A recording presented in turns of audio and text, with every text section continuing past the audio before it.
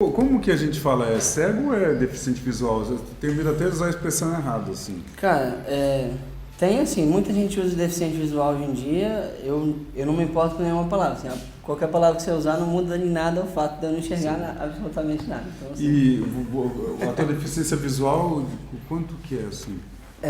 eu não enxergo praticamente nada, assim, eu enxergo um pouquinho de luz, eu sei que aqui não está completamente escuro, mas nada que isso me ajude na vida prática, né? Eu só sei que está claro que está escuro.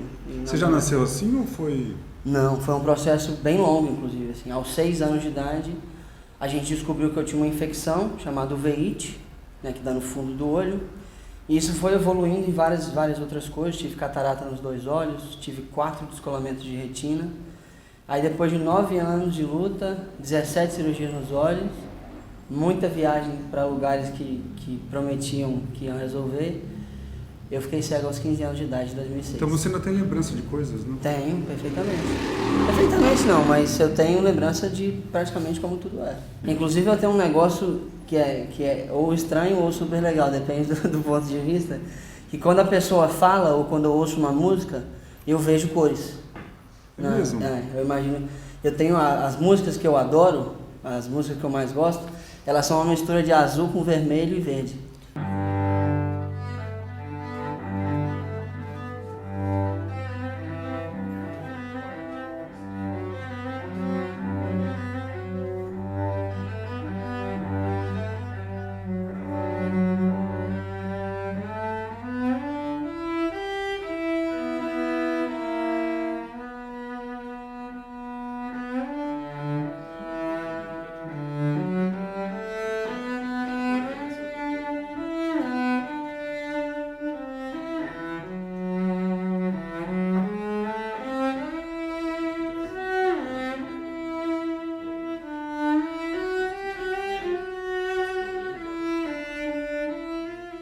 Como foi teu processo educacional? Como que foi? Porque deve ter sido uma loucura, porque você não nasceu sem enxergar. Aí você começou a aprender a ler e escrever, mas depois você já não enxergava mais. Sim, Você... sim.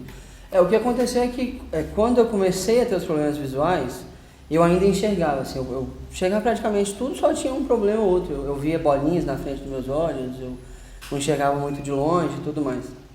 Agora sim, quando eu comecei a ter baques de visão muito grandes, quando eu tive o 4º descolamento de retina, que foi em 2001, eu comecei a ter que adaptar muito. Aí eu tinha que usar uma lupa especial que a gente comprou para conseguir enxergar os livros.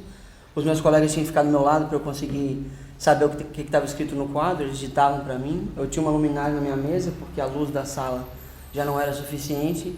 E eu usava aqueles canetões de quadro, sabe, canetas hidrocor, para escrever no caderno, porque caneta Bic ou lápis já não era suficiente para eu enxergar. E aí assim, aí eu fui perdendo visão cada vez mais.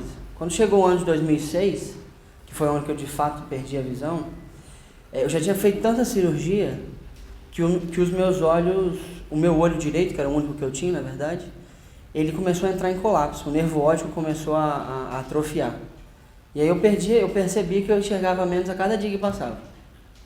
Aí teve um dia que eu estava na sala de aula, inclusive. Estava na sala de aula? Eu estava fazendo um exercício de ortografia na aula de português.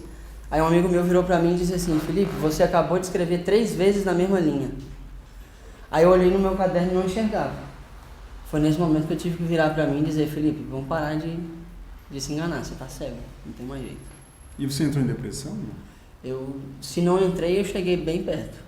Nesse ano de 2006, eu entrei num processo de revolta muito grande. Porque perder a visão, ou qualquer perda que seja gradual, que você perca aos poucos, fica aquela coisa da esperança, né?